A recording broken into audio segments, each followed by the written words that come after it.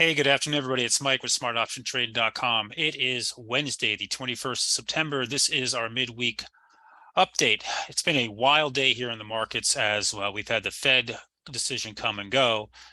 And you can see, the market here, we've been generally weak all week. Get that? Haha. And overnight, we gapped up a bit. We traded in a very tight range here ahead of the Fed. And here's your initial reaction to the Fed minutes.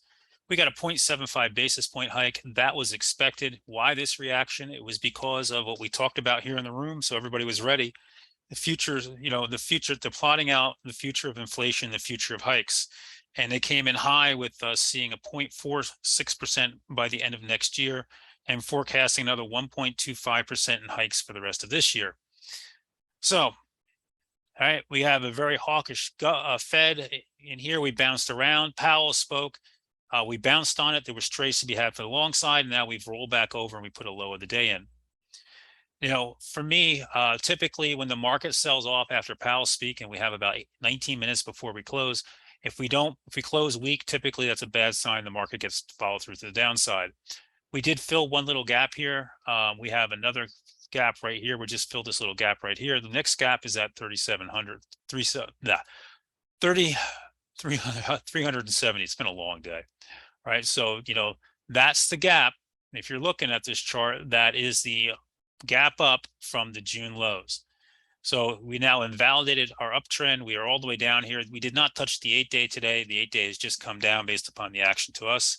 And volume, which was pretty low all day long, is now up at 82 million shares and been climbing rapidly.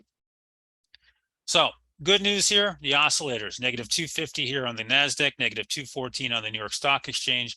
They're in our favor for some type of bounce. Doesn't mean it has to be tomorrow. The VIX here spiked briefly up to 30 before it came back down, still struggling to get above 28. A couple other things that are going on here. Bonds are pushing up. Bonds are pushing up. That could be a good sign for the market. We'll keep our eye on that. The dollar put in new range highs, 20-plus year highs, very, very strong.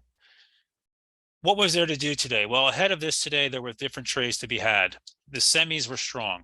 The SMH was very strong today.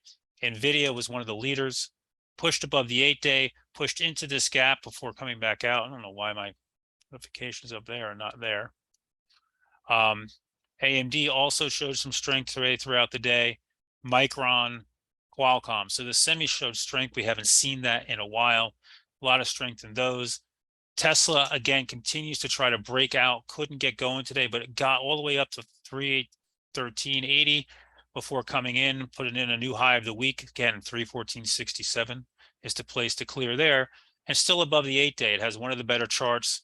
Apple still has one of the better charts, but could not get up to the 50 to 100-day today. That high was put up in the opening 10 minutes. Actually, I take that back.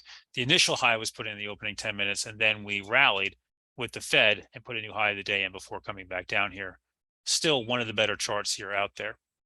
So, very, very difficult trading environment. We have 2 days left this week. We have Powell speaking again on Friday. We have the old adage,